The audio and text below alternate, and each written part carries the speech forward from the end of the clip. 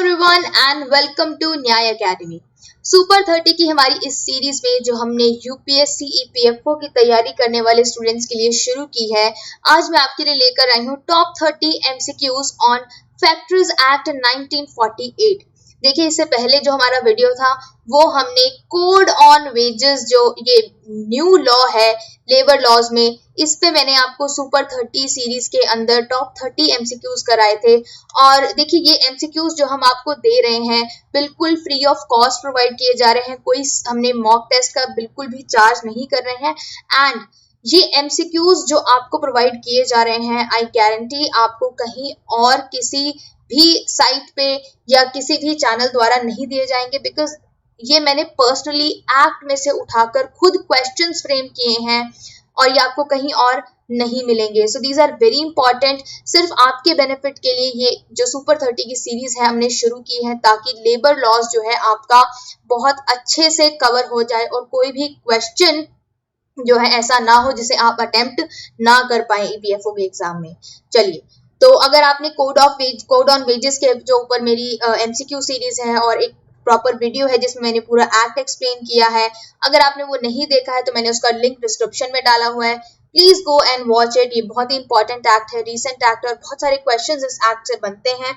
सो आज हम शुरू करेंगे लेबर लॉज में हमारा दूसरा एक्ट जो है फैक्टरीज एक्ट 1948। चलिए शुरू करते हैं। क्वेश्चन देखिए, इस वीडियो में ना सिर्फ मैं आपको क्वेश्चंस कराऊंगी बल्कि क्वेश्चंस के साथ साथ आपको एक्ट के जो कॉन्सेप्ट्स हैं वो भी एक्सप्लेन किए जाएंगे जो उन क्वेश्चंस से रिलेटेड हैं। तो घबराइएगा मत, क्वेश्चंस नहीं सिर्फ आपको कॉन्सेप्ट भी एक्सप्लेन किया जाएगा इस वीडियो के अंदर।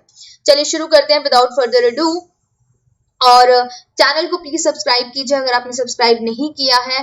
The videos that we provide you are really important and अगर आप सब्सक्राइब करेंगे तो आपको डेली अपडेट्स जो है हमारी वीडियोस पर मिल जाएंगी। चलिए let's start with our first question. First question हमारे सामने है, in which year did factories act come into force? कौन से साल के अंदर फैक्टरीज एक्ट जो है वो फोर्स में आया था? अगर आप ऐसा भी कर सकते हैं कि आप मुझे कमेंट सेक्शन में साथ साथ आंसर जो है बता सकते हैं। आप मुझे ये भी बता सकते हैं कि इन 30 या 31 क्वेश्चंस एक्चुअली इस वीडियो में है जो मैं आपके साथ डिस्कस करूंगी, तो उन 31 में से आपका क्या स्कोर था, आपने कितने करेक्ट आंसर्स दिए। So please let me know in the comment section. चलिए, the answer to this question is 1 April 1949। देखिए, एक्ट जो है ये 1 अप्रैल 1949 को लागू हुआ था। दिस इज वेरी सिंपल, इसमें कुछ एक्सप्लेन करने का नहीं है। तो चलिए बढ़ते हैं अपने सेकंड क्वेश्चन की तरफ।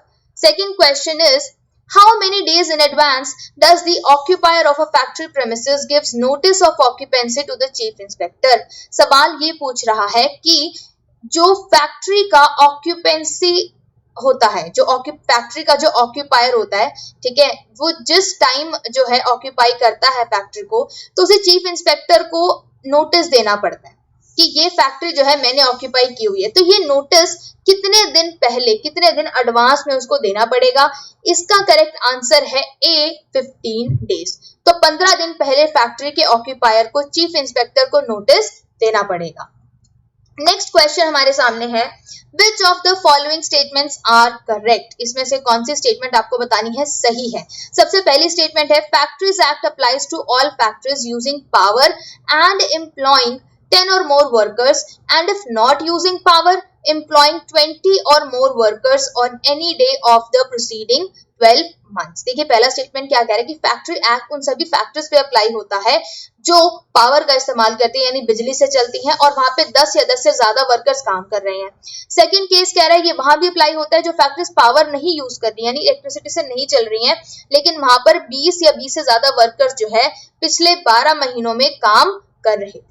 सो पहला स्टेटमेंट ये है। दूसरा स्टेटमेंट कह रहा है, a mine is not included in the definition of a factory and this factories act does not applies to mines. दूसरा स्टेटमेंट कह रहा है कि फैक्ट्रीज एक्ट की जो डेफिनेशन दी गई है, फैक्ट्री की जो डेफिनेशन दी गई है एक्ट के अंदर, उसके अंदर माइंस इंक्लूड नहीं होती हैं, इसलिए माइंस के ऊपर फैक्ट्रीज एक्ट अप्लाई नहीं होगा। इसका करेक्ट आंसर है बोथ ए एंड बी, दोनों ही स्टेटमेंट्स जो है वो बिल्कुल सही हैं। Mines is not included in the definition of a factor, तो इस पे फैक्टर्स एक्ट अप्लाई नहीं होगा माइंस के ऊपर। और ये स्टेटमेंट बिल्कुल सही है कि फैक्टर्स एक्ट उन फैक्टर्स पे अप्लाई होता है अगर पावर यूज करती हैं तो 10 और मोर वर्कर्स वहां पर काम कर रहे हैं। If not using power then employing 20 और more workers in on any day of the proceeding 12 months, पिछले 12 महीनों में किसी भी दिन अगर 20 से ज्यादा वर्कर काम कर रहे हैं तो वहां भी फैक्टर्स एक्ट अप्लाई होगा।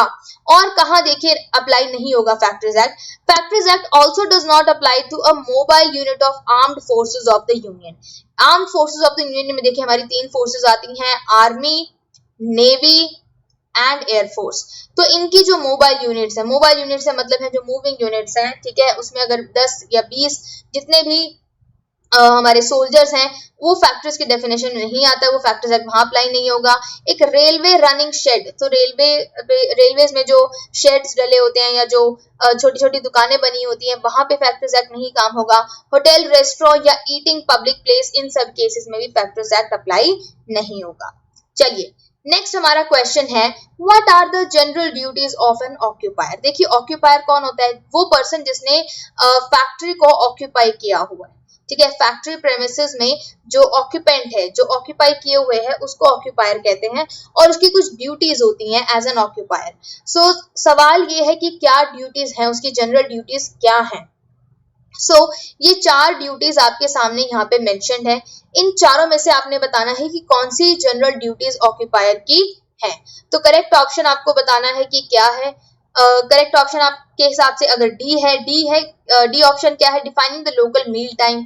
सी ऑप्शन है स्पेसिफाइंग द एरिया। बी है ensuring safety and absence of risk to health in use, handling, storage and transport of articles and substances. या फिर A maintenance of a plant and system of work in factory are safe without risk to health. So आपने बताना है कि general duties इसमें से कौन सी है। देखिए इसका करेक्ट आंसर है ए एंड बी। सो ए और B these are the general duties. C और डी जो पॉइंट है कि उसको एरिया स्पेसिफाई नहीं करना है, ये उसकी जनरल ड्यूटी नहीं है। मीन टाइम बताना ऑर्डिनरीली, ये भी जनरल ड्यूटी नहीं है। सो ए एंड बी, ये इंश्योर करना कि जो प्लांट है, सिस्टम है फैक्ट्री के अंदर, वो सेफली काम कर रहा है बिना किसी रिस्क के, वर्कर की हेल्थ को कोई रिस्क नहीं है, ये इंश्योर करना ऑक्यूपायर की जनरल ड्यूटी है। साथ ही साथ सेफ्टी देखना वर्कर्स की, कोई रिस्क ना हो। कब रिस्क ना हो, जब किसी सब्सटेंसेस को, आर्टिकल्स को हैंडल किया जा रहा है, यूज किया जा रहा है, उनको स्टोर करते वक्त तो किसी भी प्रकार का रिस्क ना हो वर्कर्स की हेल्थ को, तो ये देखना जनरल ड्यूटीज हैं ऑक्यूपायर की। तो अब देखते हैं, देखिए मैंने आपको कहा था कि मैं आपको कंसेप्ट भी एक्सप्लेन करूंगी साथ साथ। देखिए जनरल ड्यूटी सिर्फ ये 2 नहीं और भी बहुत हैं। तो फैक्टर्स एक्ट का जो सेक्शन 7A है, ये सारी जनरल ड्यूटीज बताता है ऑक्यूपायर की क्या है। ये कहता है कि हर ऑक्यूपायर ये इंश्योर करेगा कि हेल्थ, सेफ्टी और वेलफेयर वर्कर्स का हर वक्त जो है वो ध्यान में रखा जाए। और क्या क्या, देखिए ये तो हम देख ही चुके हैं कि प्लांट और सिस्टम्स जो हैं वो सही ढंग से काम करें, सेफली काम करें, वर्कर्स को कोई रिस्क ना हो, उनकी हेल्थ को कोई रिस्क ना हो, इससे ये इंश्योर करना जनरल ड्यूटी है। और क्या है, making arrangements in the factory for ensuring safety and absence of risk in connection with use, handling, storage, transport of articles and substances. देखिए कई फैक्ट्रीज में क्या होता है कि बहुत ही डेंजरस सब्सटेंसेस या आर्टिकल्स के साथ डील करते हैं, तो उनकी हैंडलिंग, उनका यूज, उनका स्टोरेज सही ढंग से, उनको ट्रांसपोर्ट करते वक्त कोई रिस्क ना हो, ये इंश्योर करना ऑक्यूपायर की ड्यूटी है। Next is provision of such information, instruction, training. तो अपने वर्कर्स को इंफॉर्मेशन प्रोवाइड करना, इंस्ट्रक्शंस देना, ट्रेनिंग या सुपरविजन देना ताकि उनकी हेल्थ और सेफ्टी बनी रहे, ये भी ऑक्यूपायर की ड्यूटी है। Next, maintenance of all places of work in a condition that is safe and without risk. तो फैक्ट्री में जितने भी प्लेसेस हैं जहां भी काम हो रहा है, उन सभी प्लेसेस को इंश्योर करना है ऑक्यूपायर ने कि वो सेफ हैं, वो वर्कर के काम करने के लिए सही हैं, वहां पे उनकी हेल्थ को कोई रिस्क नहीं है, ये सब उसने इंश्योर करना है।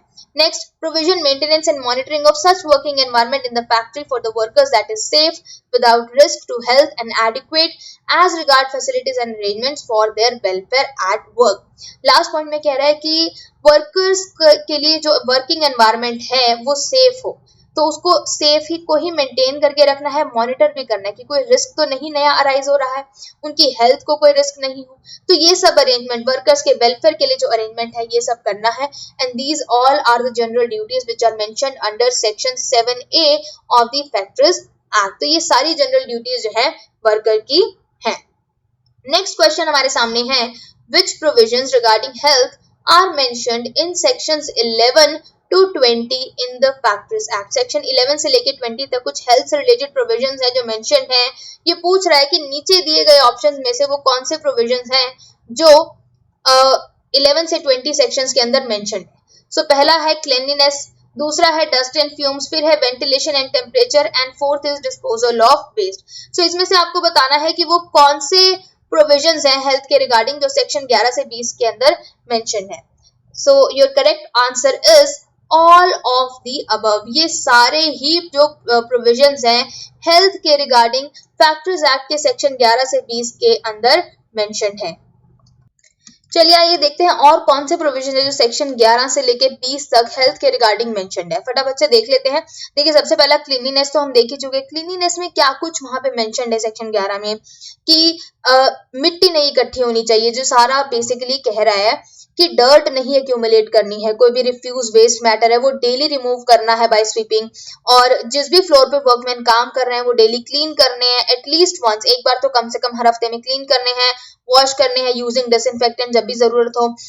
जो फैक्ट्री के डोर्स हैं, विंडो फ्रेम्स हैं, या कोई भी वुडन या मेटालिक कोई भी स्ट्रक्चर है तो उसको प्रॉपर पेंट करके रखना है, ठीक है।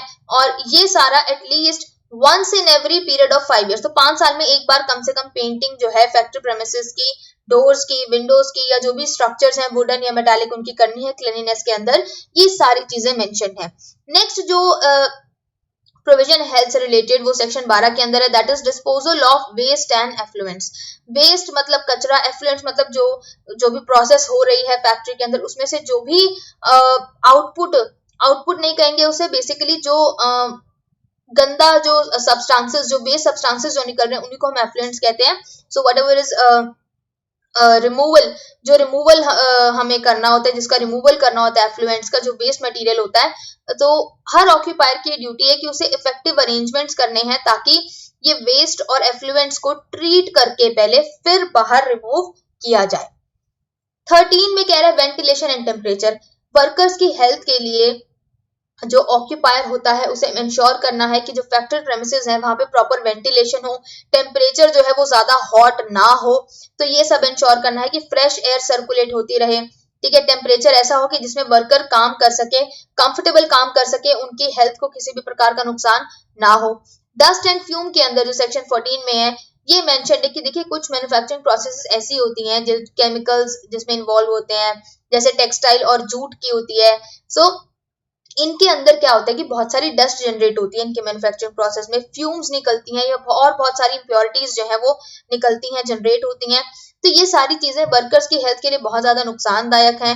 सो इसलिए ऑक्यूपायर को इफेक्टिव मेजर्स लेने हैं ताकि ये जो डेंजरस फ्यूम्स हैं, डस्ट है, जो वर्कर्स हैं इनहेल ना करें, ठीक है, वर्क रूम्स में जब वो काम कर रहे हैं। सो इसके लिए इफेक्टिव मेजर्स लेने हैं। क्या इफेक्टिव मेजर्स ले सकते हैं कि उनको प्रॉपर मास्क प्रोवाइड किया जाए, तो ये सब कुछ जो है इफेक्टिव मेजर्स लेने हैं। साथ ही साथ एग्जॉस्ट लगाना चाहिए, एग्जॉस्ट अप्लायंसेस जो है वर्करूम में फिट होने चाहिए ताकि जो फ्यूम्स है, डस्ट है, वो रिलीज हो सके, उस रूम से बाहर निकल सके। फिफ्थ जो पॉइंट है वो आर्टिफिशियल ह्यूमिडिफिकेशन की बात करता है। देखिए आर्टिफिशियल मतलब जो नेचुरल नहीं है, ह्यूमिडिफिकेशन का मतलब यहाँ पे है कि जो देखिए आर्टिफिशियल ह्यूमिडिफिकेशन होता है जब आप आर्टिफिशियल तरीके से किसी जगह का जो टेम्परेचर है उसको ह्यूमिडिफाई करते हैं, उसमें मॉइस्चर ज्यादा पैदा करते हैं।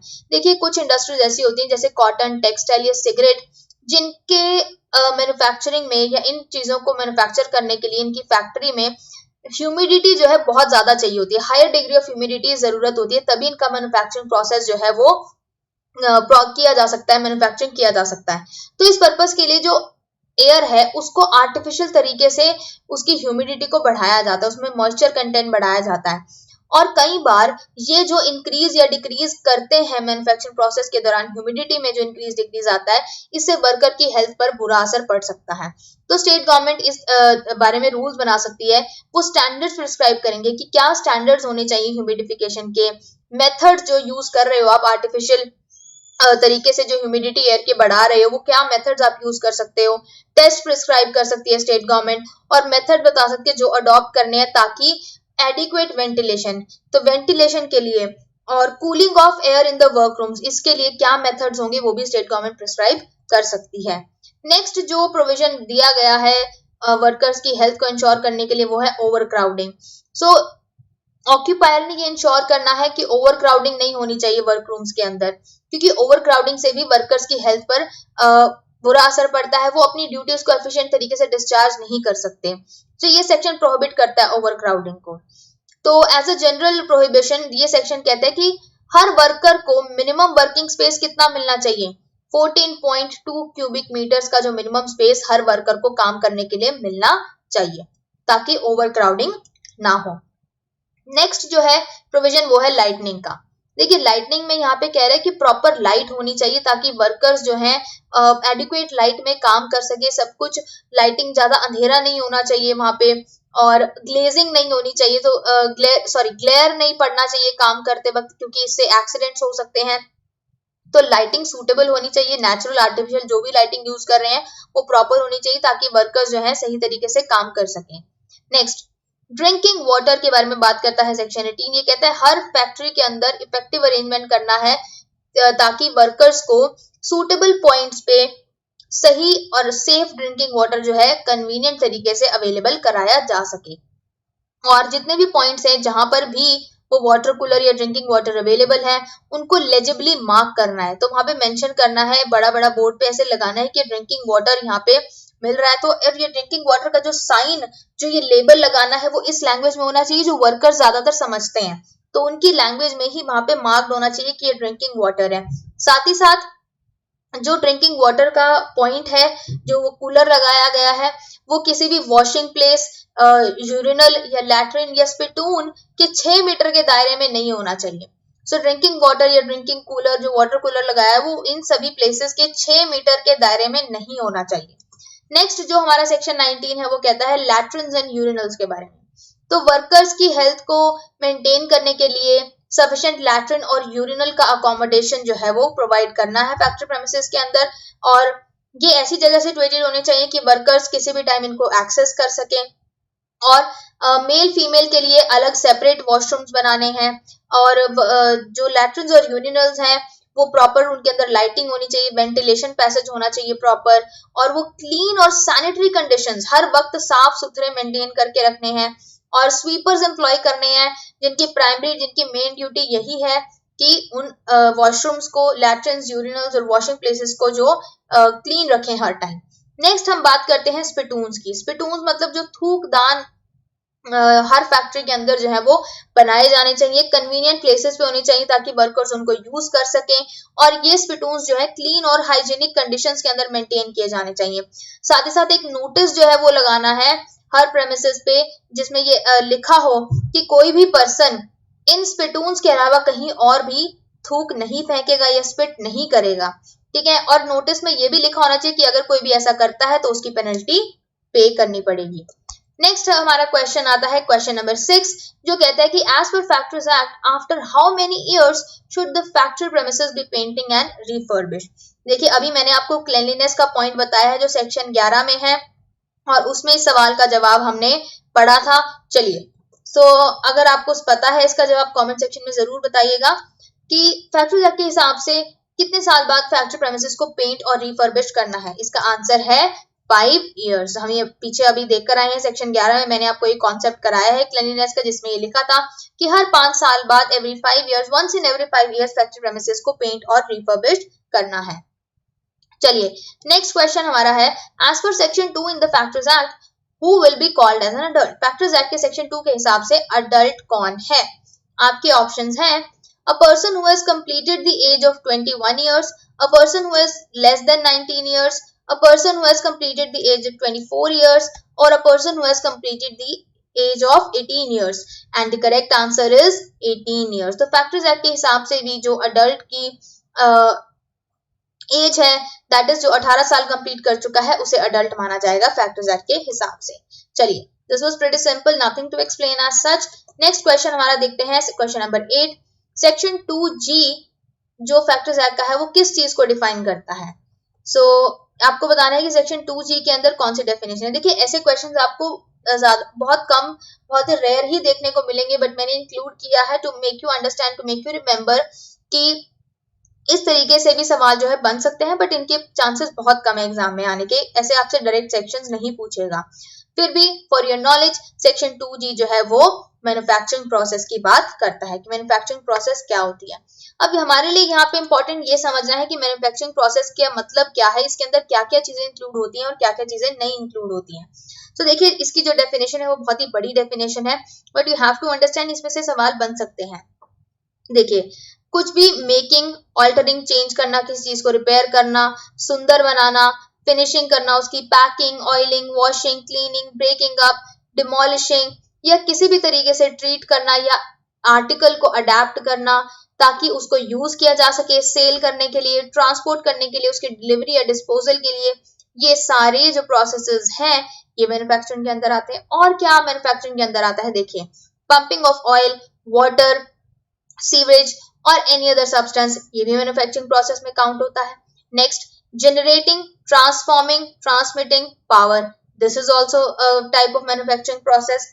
Point number 4 says composing types of printing, printing by letterpress, lithography, photogravure और अदर सिमिलर प्रोसेस या बुक बाइंडिंग, ये भी मैन्युफैक्चरिंग प्रोसेस है। कंस्ट्रक्टिंग, रिकंस्ट्रक्टिंग, रिपेयर कुछ करना, रीफिटिंग करना किसी चीज की, फिनिशिंग या ब्रेकिंग अप शिप्स और वेसल्स, ये भी मैन्युफैक्चरिंग प्रोसेस है। एंड प्रिजर्विंग और storing any article in the cold storage, तो स्टोरेज जो है किसी आर्टिकल को अगर आप सिर्फ प्रिजर्व करके रख रहे हैं कोल्ड स्टोरेज के अंदर, इसे भी मैन्युफैक्चरिंग प्रोसेस के तौर पे काउंट किया गया है फैक्टर्स एक्ट के पर्पसेस के लिए। सो चलिए फटाफट से एक लिस्ट मैंने आपके सामने देखी यहाँ पे मेंशन किया है, this is very important list, और ये आपको और क्लैरिटी से बताएगी कि मैन्युफैक्चरिंग प्रोसेस क्या क्या होती है। तो सन क्योर टोबैको लीव्स, देखिए टोबैको के जो पत्ते होते हैं, तंबाकू के जो पत्ते होते हैं, उनको मॉइस्चर करना, गीला करना, उनकी स्ट्रिपिंग करना, उनको तोड़ना, अडेप्ट करना या पैक करना ताकि उनको एक कंपनी से एक फैक्ट्री से दूसरी फैक्ट्री में लेके जाया जा सके जहां उनसे सिगरेट बनेगी, तो ये भी मैन्युफैक्चरिंग प्रोसेस है। पीलिंग, वॉशिंग ऑफ प्रॉन्स, देखिए प्रॉन्स जो है ये सी फूड होता है, एंड इसकी पीलिंग और वॉशिंग ये सब करना और फिर इनको कोल्ड स्टोरेज में रख देना ताकि इनको फर्दर आगे सेल या यूज किया जा सके, this is also manufacturing process. तो ये सारी जो मैंने यहाँ पे लिस्ट लिखी हुई है ये हमारी कोर्ट्स ने डिसीजन देके बताया है कि this is also manufacturing process. Next is stitching of old Ghani bags, जो बोरी होती है जूट की, उनको गनी बैग्स कहते हैं, ठीक है। सो पुराने गनी बैग्स को स्टिच करना ताकि वो फिट हो सके यूज के लिए, दोबारा यूज किया जा सके, this is also manufacturing process. Paper factory के अंदर जो बंकस ग्रास होता है उसको बंडल्स में पैक करना मैनुअली और फिर बाद में फैक्ट्री में भेज देना, ये भी मैन्युफैक्चरिंग प्रोसेस है। वर्किंग ऑफ गार्बलिंग ऑफ पेपर और curing ginger, this is also manufacturing process. Process carried out in salt works, तो नमक बनाने का जो सी वाटर से सॉल्ट बनाने का प्रोसेस है ये भी मैन्युफैक्चरिंग है। लेटेक्स से रबर शीट बनाना, ये भी मैन्युफैक्चरिंग है।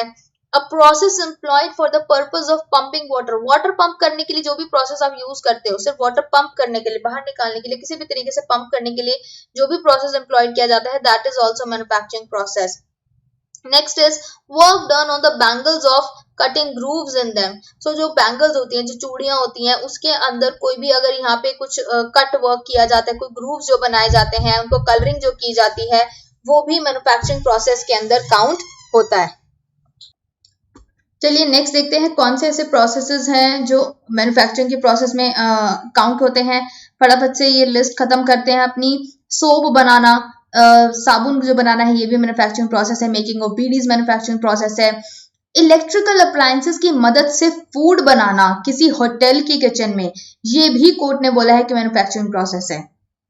The work of mere packing cannot be called as manufacturing process, तो सिर्फ अगर पैकिंग कहीं हो रही है, mere packing is not manufacturing process, ये हमारी कोच ने क्लियर किया है। Next, the business of sale of diesel oil, motor spirit, lubricant, ये सभी जो काम सर्विसिंग के लिए जो कार्स और लोरीज की जहां पे यूज होता है लुब्रिकेंट्स, तो इसका सेल का जो बिजनेस है, this is also manufacturing process. Next is decorticating groundnuts in electric mill, so किसी इलेक्ट्रिक मिल में ग्राउंडनट्स जो मूंगफली वगैरह का डीकॉर्टिकेटिंग होता है उसको मैन्युफैक्चरिंग प्रोसेस के तौर पे काउंट किया है। Construction of railway, construction of railway से मतलब है यहाँ पे जब रॉ मटेरियल्स यूज किए जाते हैं जैसे स्लीपर्स, बोल्ट्स, लूज रेल्स, ताकि रेलवे लाइन बिछाई जा सके, इसको भी मैन्युफैक्चरिंग प्रोसेस के तौर पे काउंट किया है। देखिए जो ये डेफिनेशन है इस एक्ट के अंदर जो दी गई है मैन्युफैक्चरिंग प्रोसेस की, इट नॉट ओनली मीन्स कि देखिए मैन्युफैक्चरिंग प्रोसेस के अंदर वो सारी चीजें आती हैं जब किसी आर्टिकल में कोई चेंज आप करते हैं, ठीक है, तो किसी आर्टिकल या सब्सटेंस के अंदर सब चेंज आता है तो वो तो मैन्युफैक्चरिंग प्रोसेस है ही, साथ ही साथ उस आर्टिकल की प्रोटेक्शन के लिए, उसकी मेंटेनेंस के लिए आप कोई उसकी पैकिंग करते हैं, उसकी ऑयलिंग करते हैं या वॉशिंग या क्लीनिंग करते हैं, ये भी मैन्युफैक्चरिंग प्रोसेस के अंदर आता है। तो मैन्युफैक्चरिंग प्रोसेस के अंदर अगर आपको देखना है, कोई सपोज आपके सामने सवाल ऐसा है, आपको कोई प्रोसेस दी गई और पूछा है कि मैन्युफैक्चरिंग प्रोसेस है या नहीं, तो आपने उसमें दो जो कंडीशंस है वो लगा के देखनी है। पहली कंडीशन है कि क्या आर्टिकल की फॉर्म में कोई चेंज आया है उस प्रोसेस में जाने के बाद। सो अगर उसकी फॉर्म में कोई चेंज आया है तो पहला क्राइटेरिया ये है। दूसरा, अगर उसकी प्रोटेक्शन मेंटेनेंस के लिए कोई पैकिंग, ऑयलिंग, वॉशिंग, क्लीनिंग, इन सब में से कुछ भी किया गया है तो ये भी मैन्युफैक्चरिंग प्रोसेस के तौर पे काउंट होता है। अब कौन से प्रोसेस ऐसे हैं जो मैन्युफैक्चरिंग प्रोसेस के तौर पे काउंट नहीं होते हैं? So exhibition of films, film exhibition है, ये मैन्युफैक्चरिंग प्रोसेस नहीं है। अगर इंडस्ट्रियल स्कूल या इंस्टीट्यूट में ट्रेनिंग वगैरह इम्पार्ट की जा रही है, ठीक है, ताकि उसकी फर्दर जो ट्रेनिंग इम्पार्ट की जा रही है, सपोज क्लॉथ बनाने की ट्रेनिंग जो इम्पार्ट की जा रही है, not with view to it sale, और आप उसको सेल नहीं कर रहे हैं, जो क्लॉथ आपको प्रोड्यूस करने की ट्रेनिंग दी जा रही है वो क्लॉथ जो ट्रेनिंग के दौरान प्रोड्यूस हो रहा है उसकी सेल नहीं हो रही है, तो वो मैन्युफैक्चरिंग प्रोसेस के अंदर नहीं काउंट होगा। नेक्स्ट, न्यूज जो रिसीव करते हैं from various sources, newspaper office के अंदर, ये भी मैन्युफैक्चरिंग प्रोसेस नहीं है। प्रीलिमिनरी पैकिंग किसी रॉ मटेरियल की करना ताकि बस उसको फैक्ट्री में आगे डिलीवर किया जा सके, ये भी मैन्युफैक्चरिंग प्रोसेस नहीं है। फिनिश गुड्स की पैकिंग करना, this is also not manufacturing process. देखिए हमने पहले भी देखा था, मियर packing is not manufacturing process, ठीक है। Next, transportation of goods on contract basis from one place to another by road with the assistance of transport carriers is not a manufacturing process। तो contract basis पे आप जब goods transfer करते हैं एक जगह से दूसरी जगह पर, ठीक है, और उसके लिए आप transport carriers का जो है वो यूज करते हैं, तो ये भी ट्रांसपोर्टेशन जो है वो मैन्युफैक्चरिंग प्रोसेस के अंदर काउंट नहीं होता है। चलिए नेक्स्ट सवाल अब जो हमारे सामने है वो ये है, which of the following activity does not constitute manufacturing. देखिए अभी जो मैंने आपको पढ़ाया है, जो पूरा कॉन्सेप्ट मैन्युफैक्चरिंग प्रोसेस का, इसी में से ये सवाल बनकर आया है, तो आपको बताना है कि कौन सी एक्टिविटी ऐसी है जो मैन्युफैक्चरिंग के अंदर नहीं आती। आपके ऑप्शन है exhibition of films, finish goods and packing thereof, preparation of soap. देखिए इसका सही जवाब है both A and B. So A और बी ये दोनों ऐसी एक्टिविटीज हैं जो मैन्युफैक्चरिंग के अंदर काउंट नहीं होती हैं। प्रिपरेशन ऑफ सोप हमने देखा था, स्पेशली मैंने मेंशन किया है कि मैन्युफैक्चरिंग प्रोसेस के अंदर काउंट होता है। तो सवाल पूछ रहा है कि which does not constitute manufacturing, तो your answer is exhibition of films and finish goods and packing thereof. चलिए नेक्स्ट क्वेश्चन नंबर 10 हमारे सामने है, if there are dash number of employees then the employer has to provide a canteen। so सवाल आपसे पूछ रहा है कि मिनिमम कितने नंबर ऑफ एम्प्लॉयज होने चाहिए कि एम्प्लॉयर के लिए ये मैंडेटरी हो जाए कि उसे कैंटीन जो है अपने एम्प्लॉयज के लिए प्रोवाइड करनी ही पड़ेगी। एंड योर ऑप्शंस आर 250, 510, 320 या 100 and the correct answer is 250। So 250 employees अगर किसी भी फैक्ट्री में काम कर रहे हैं तो एम्प्लॉयर के लिए वहां पे मैंडेटरी है कि उसे वर्कर्स के लिए कैंटीन या कैंटीन्स प्रोवाइड करनी पड़ेंगी। सो 250 जो है that is the limit. Next question हमारे सामने है, which of the following diseases is not mentioned in the section 89 of factories act. Section 89 जो है फैक्ट्रीज एक्ट का, उसके अंदर कौन सी डिजीजेस जो है वो मेंशन्ड नहीं है। चलिए आपके ऑप्शंस हैं एंथ्रैक्स, एस्बेस्टोसिस, फॉस्फोरस, निमोनिया। देखिए फॉस्फोरस पॉइजनिंग की यहाँ पे बात कर रहा है। सो देखिए कौन सी डिजीज यहाँ पे मेंशन नहीं है, that is answer is pneumonia. So pneumonia disease है वो यहाँ पे मेंशन नहीं है। देखिए सेक्शन 89 क्या कहता है, डिजीजेस की हम क्यों बात कर रहे हैं। सेक्शन 89 कहता है अगर फैक्ट्री में काम करने वाले किसी भी वर्कर को कोई भी डिजीज जो है वो हो गई है, कौन सी डिजीज, जो फैक्ट्रीज एक्ट के 3rd शेड्यूल में लिखी गई है। देखिए 3rd शेड्यूल में एक लिस्ट ऑफ डिजीजेस है, तो उसमें से कोई भी डिजीज अगर किसी फैक्ट्री वर्कर को हो गई है तो फैक्ट्री का जो ऑक्यूपायर हुआ या मैनेजर है तो उसको एक नोटिस भेजना पड़ता है अथॉरिटीज को या इंस्पेक्टर को, और बताना पड़ता है कि फैक्ट्री के अंदर जो ये वर्कर काम कर रहा है इसको ये वाली डिजीज हो गई है। तो सेक्शन 89 जो है इसलिए इंपॉर्टेंट है यहाँ पे, लेकिन डिजीजेस का नाम जो है वो 3rd शेड्यूल में मेंशन है। तो सवाल आपसे कर रहा है कि 89 के अंदर जो डिजीजेस की बात की गई है कि अगर ये डिजीज हो गई किसी वर्कर को तो नोटिस भेजना है, तो इनमें से कौन सी वो डिजीज है जो उस लिस्ट में मेंशन नहीं है? The correct answer is pneumonia. Question number 12 देखिए, in how many days the site appraisal committee has to make its recommendation to the state government. देखिए, साइट अप्रेजल कमेटी कॉन्स्टिट्यूट की जाती है, ठीक है, और साइट अप्रेजल कमेटी का जो ऑब्जेक्टिव होता है कि उन्हें एक रिपोर्ट तैयार करके स्टेट गवर्नमेंट को सबमिट करनी है। तो ये पूछ रहा है कि कितने दिन में साइट अप्रेजल कमेटी को ये रिपोर्ट तैयार करके स्टेट गवर्नमेंट को देनी है। And your options are 30 days के अंदर अंदर, 60 डेज के अंदर अंदर, 90 डेज या 1 year. And the correct answer is 90 days. C is the correct answer. देखिए, सेक्शन 41A जो है एक्ट का, वो कहता है कि स्टेट गवर्नमेंट एडवाइजिंग के पर्पसेस के लिए, advising it to consider applications for grant of permission for the initial location of factory involving a hazardous process। देखिए, अगर कोई फैक्ट्री ऐसी है जो hazardous substances में डील करती है, हानिकारक substances में डील करती है, और वो एक ऐसी लोकेशन पे अपनी फैक्ट्री जो है लगाना चाहती है, तो उसको स्टेट गवर्नमेंट से पहले अप्रूवल लेना पड़ेगा। सो स्टेट गवर्नमेंट इसके लिए क्या करती है, एक कमेटी अपॉइंट कर देती है जिसका नाम है साइट अप्रेजल कमेटी। तो जिस भी साइट, जिस भी लोकेशन पर ये फैक्ट्री जो अपनी खोलना चाहते हैं, साइट अप्रेजल कमेटी उस जगह को जाके अप्रेज करती है। अप्रेज का मतलब है इवैल्यूएट करती है। अगर वो एक्सपैंड भी करना चाह रहे हैं तो भी साइट अप्रेजल कमेटी का ही काम आता है उसके अंदर। तो ये कमेटी क्या करती है, जाके उस लोकेशन को जो है अच्छे से एग्जामिन करेगी और देखेगी कि देखो आसपास रेजिडेंशियल लोग तो नहीं रह रहे हैं ज्यादा, इस जगह पे अगर फैक्ट्री खोला जाता है तो एनवायरनमेंट को तो नुकसान नहीं है ज्यादा। तो ये सारा काम साइट अप्रेजल कमेटी का होता है, बताना कि इस लोकेशन पे अगर ये फैक्ट्री खोली जाए जो हजार्डस सब्सटेंसेस में डील करती है तो उसके क्या रैमिफिकेशंस होंगे। और इस साइट अप्रेजल कमेटी को ये रिपोर्ट स्टेट गवर्नमेंट को सबमिट करनी होती है 90 डेज के अंदर अंदर, जिस दिन उसको एप्लीकेशन आई है स्टेट गवर्नमेंट को। चलिए, नेक्स्ट हमारे पास सवाल है, if a company has dash number of employees then the appointment of safety officer is mandatory under the factory act. तो कितने एम्प्लॉइज मिनिमम होने चाहिए?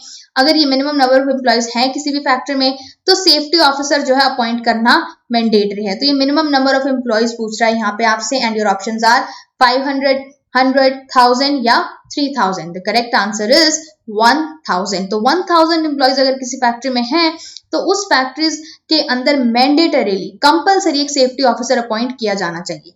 और ये बात सेक्शन 40B कहता है।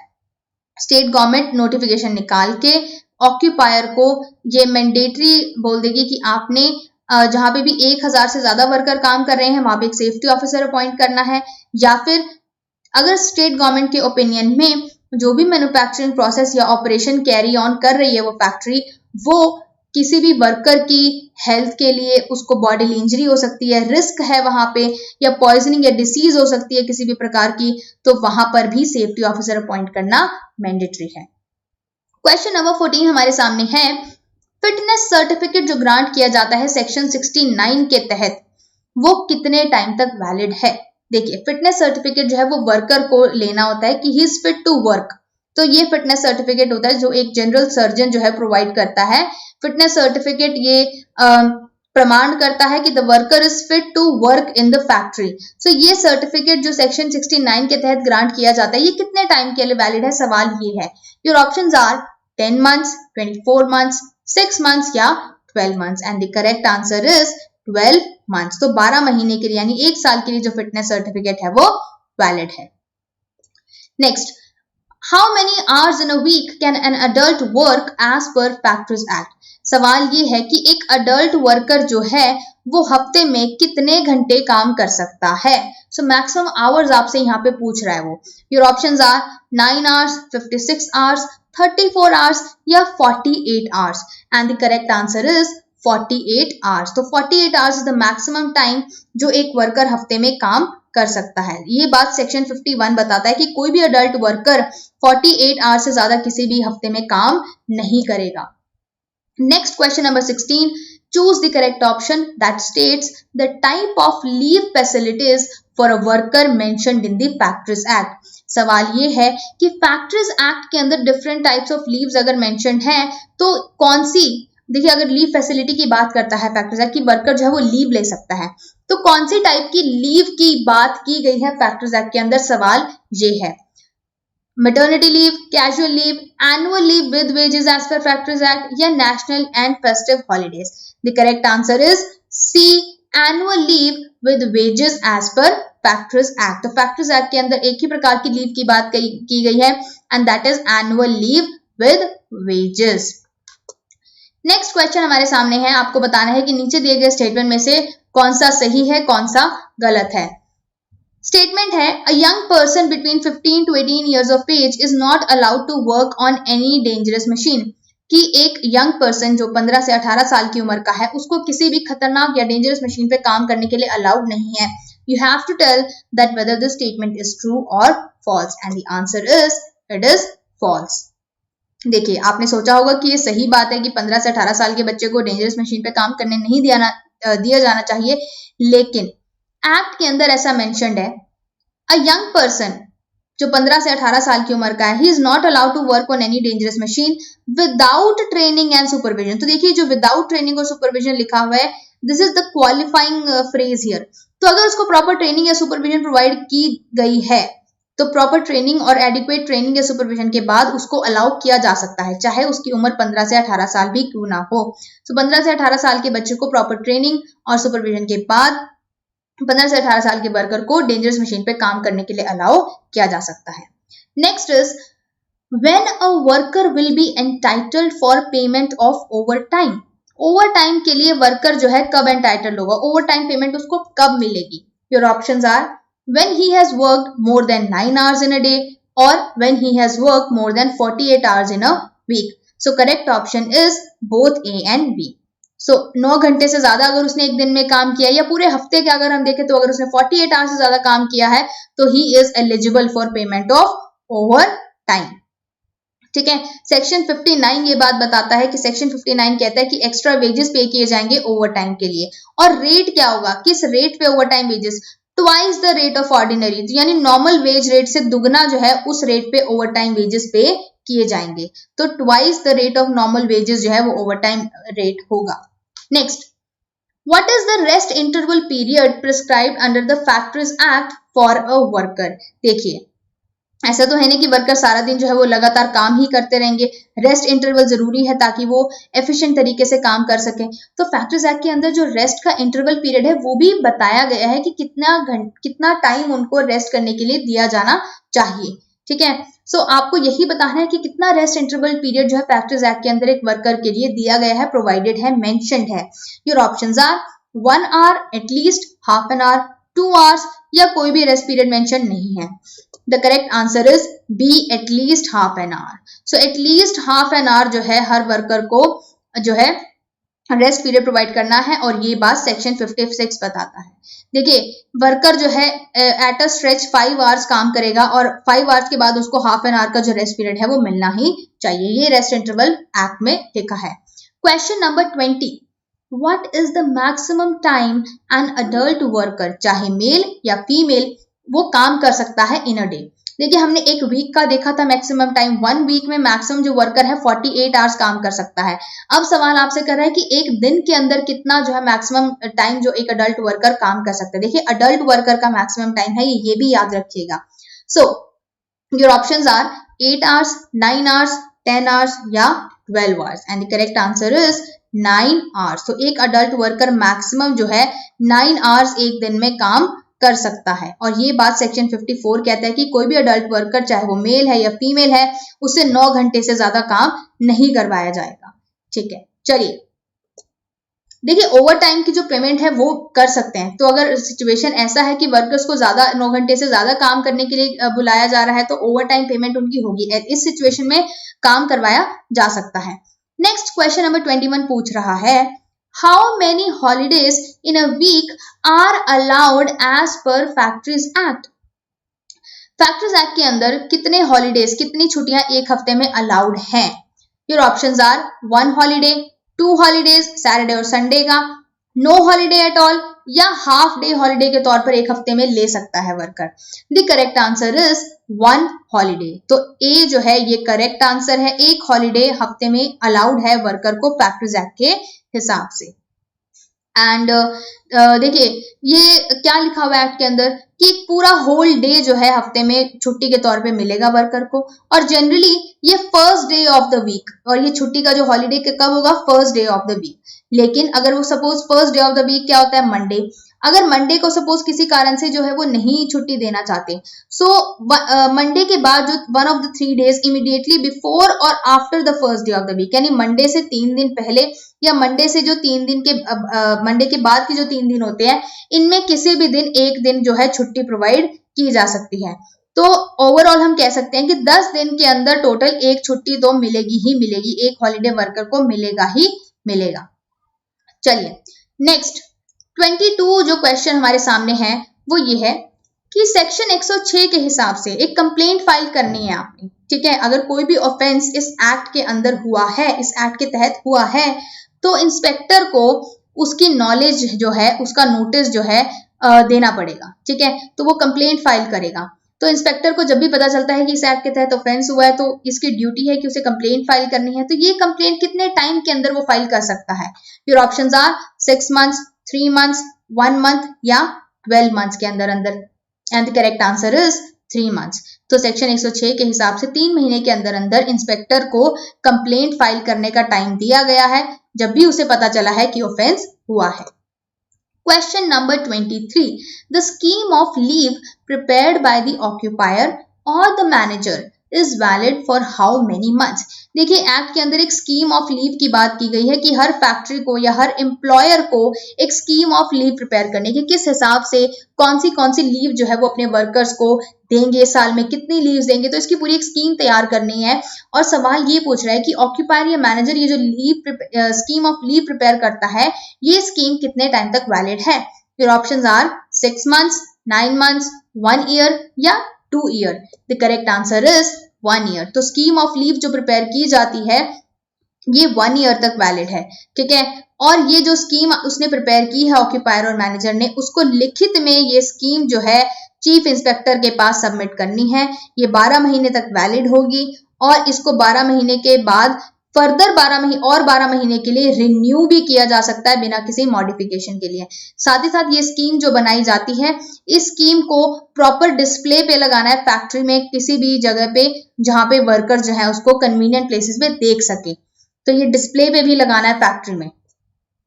क्वेश्चन नंबर 24 देखिए क्या कहता है, how many working hours for children have been prescribed under the act. देखिए अभी एक पहले हमने सवाल पढ़ा था जिसमें मैंने आपको बताया था कि अडल्ट वर्कर मैक्सिमम कितने घंटे काम कर सकता है, तो मैंने आपको स्पेसिफिकली जोर देकर बोला था कि देखिए वहां पे अडल्ट वर्कर का पूछ रहा है, यहाँ पे आपसे पूछ रहा है कि बच्चों के लिए, अगर चिल्ड्रन जो है जो काम कर रहे हैं इसमें, तो उनके वर्किंग आवर्स कितने हैं।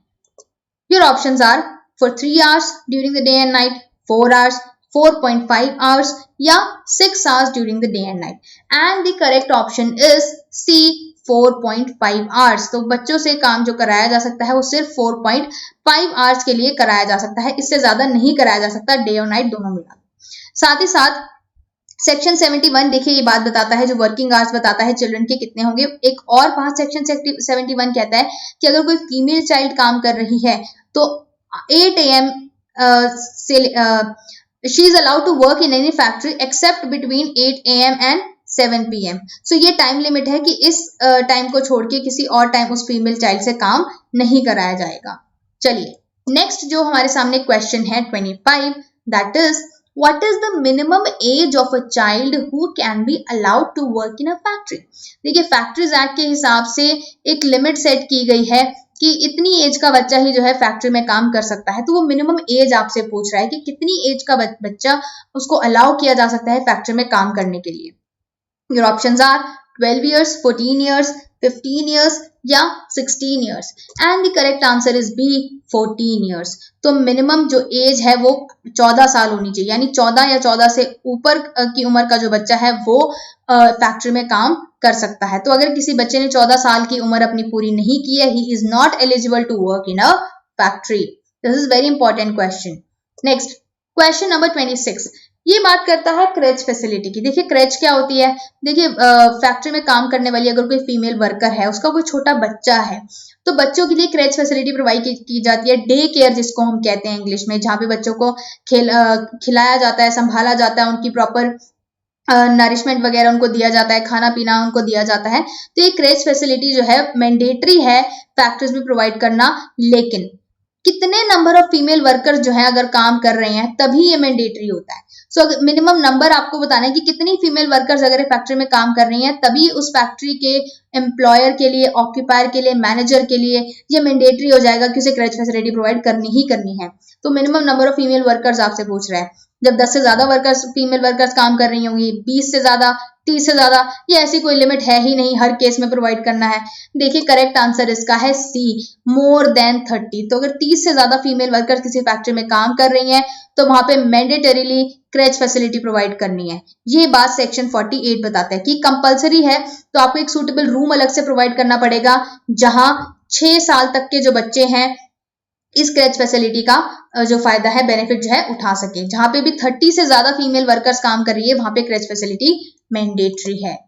क्वेश्चन नंबर 27 हमारे सामने है कि कह रहा है कि section 76 empowers the state government to make rules for, देखिए सेक्शन 76 पावर देता है स्टेट गवर्नमेंट को कि वो रूल्स बना सकती है, पर सवाल कर रहा है कि रूल्स किस किस से रिलेटेड वो रूल्स बना सकती है। Period of work for all children employed, fitness certificate से रिलेटेड, कैंटीन फैसिलिटीज से रिलेटेड, या prescribing physical standards to be attend by the young persons for working in factories. और आपका करेक्ट आंसर है डी, प्रिस्क्राइबिंग फिजिकल स्टैंडर्ड्स। तो देखिए canteen facilities से related rules नहीं बना सकती स्टेट गवर्नमेंट, फिटनेस सर्टिफिकेट से रिलेटेड है क्योंकि ऑलरेडी एक्ट में मेंशन्ड है, सब कुछ क्लियर है, इनसे रिलेटेड रूल्स स्टेट गवर्नमेंट नहीं बनाएगी।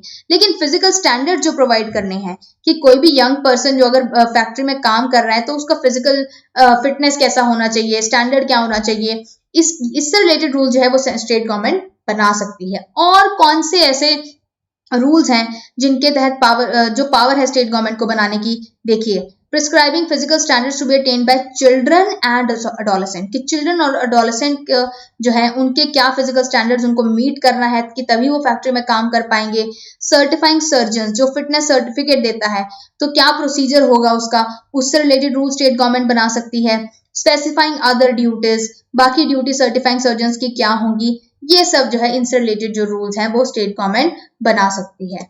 नेक्स्ट हमारा क्वेश्चन 28 क्या कहता है, where work of the same kind is carried out by 2 or more set of workers working during different periods of the day, each of such set is called।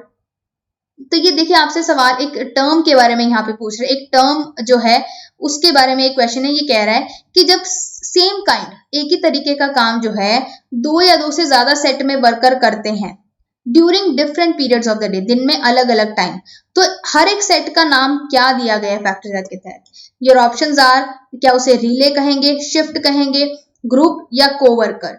The correct answer is relay. तो ये जो भी sets जिन sets में जो workers काम करता है हर एक सेट को रिले कहा जाता है। Same kind of work is performed, ठीक है, तो आपने याद रखना है कि रिले में same kind of work is carried out but during different periods of the day, अलग अलग टाइम पे जो है वो काम करे, तो हर सेट को रिले कहा जाता है।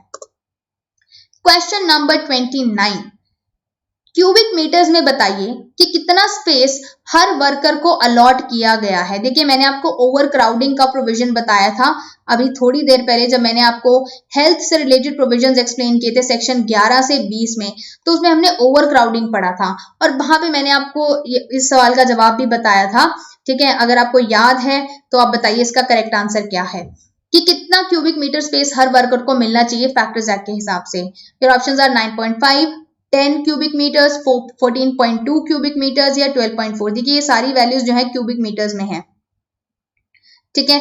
सो आप correct answer is 14.2 cubic metre, और ये हम पहले देख चुके हैं, इसका कॉन्सेप्ट हमने ओवर क्राउडिंग में पढ़ा था। क्वेश्चन नंबर 30, देखिए ये लास्ट नहीं, ये सेकंड लास्ट क्वेश्चन है। मैंने 31 क्वेश्चंस इंक्लूड किए हैं और द सीरीज हमारी सुपर 30 की है, बट एक और एडिशनल क्वेश्चन मैंने आपके लिए यहाँ पे मेंशन किया है। चलिए, in how many days an occupier aggrieved by the order of inspector can file an appeal to the prescribed authority? कितने दिन में एक ऑक्यूपायर जो इंस्पेक्टर के द्वारा पास किए गए ऑर्डर से दुखी है, अग्रीव्ड है, वो अपील फाइल कर सकता है। तो सवाल ये कर रहा है कि ऑक्यूपायर कितने टाइम में अपील फाइल कर सकता है, कितने दिन में अपील फाइल कर सकता है इंस्पेक्टर के ऑर्डर के खिलाफ। Your options are 30 days, 60 days, 90 days या none of the above and the correct answer is 30 days। तो 30 days का टाइम जो है इंस्पेक्टर के ऑर्डर के खिलाफ वो अपील फाइल कर सकता है 30 दिन के अंदर अंदर। कौन? ऑक्यूपायर। अगर उसके खिलाफ जो है इंस्पेक्टर ने कोई ऑर्डर पास किया है तो 30 दिन के अंदर अंदर प्रिस्क्राइब्ड अथॉरिटी को वो अपील फाइल कर सकता है और सेक्शन 107 अपील की बात करता है। चलिए क्वेश्चन नंबर 31 जो हमारा लास्ट क्वेश्चन है आज के इस वीडियो का, Which of the following rights are provided to the workers under section 111A? Section 111A में कुछ राइट्स मेंशन्ड है। तो आपसे पूछ रहा है कि नीचे दिए गए कौन से राइट्स वो हैं जो मेंशन्ड है सेक्शन 111A में। Your options are obtain from the occupier information relating to worker health and safety at work, get training within the factory। देखिए वर्कर्स के राइट्स की बात कर रहा है कि पहला राइट क्या है कि ऑक्यूपायर से किसी भी प्रकार की इंफॉर्मेशन ले सकता है वो वर्कर्स की हेल्थ और सेफ्टी से रिलेटेड। फिर कह रहा है कि ट्रेनिंग का राइट है उसका कि वो ट्रेनिंग उसको मिले। तीसरा कह रहा है represent to the inspector directly और थ्रू हिज रिप्रेजेंटेटिव, कि वो इंस्पेक्टर के सामने खुद को रिप्रेजेंट कर सकता है या डायरेक्टली या अपने रिप्रेजेंटेटिव से या लॉयर से। ठीक है, तो ये सारे राइट्स जो हैं all of the above is the correct answer. सारे राइट्स जो हैं सेक्शन 111A में वर्कर्स को दिए गए हैं। ठीक है, so this was all factors act में मैंने पूरी कोशिश की है जितने भी इंपॉर्टेंट प्रोविजंस है सब पे क्वेश्चन बना के आपको कंसेप्ट एक्सप्लेन किया है। अगर आपको वीडियो पसंद आया प्लीज लाइक कीजिए, शेयर कीजिए ज्यादा से ज्यादा अपने फ्रेंड्स के साथ जो इस पेपर की तैयारी कर रहे हैं एंड कमेंट करके जरूर बताइएगा कि आपको वीडियो कैसा लगा और नेक्स्ट कौन से टॉपिक पर, कौन से लॉ पर अगर आप चाहते हैं कि मैं पहले आपको MCQ प्रोवाइड करूं सो वो भी आप मुझे कमेंट करके बताइएगा। And stay tuned, keep watching our videos on Nyay Academy. Subscribe जरूर कीजिए चैनल को ताकि लेटेस्ट अपडेट्स आपको मिल सके। Thank you so much for watching the video. Have a great day guys.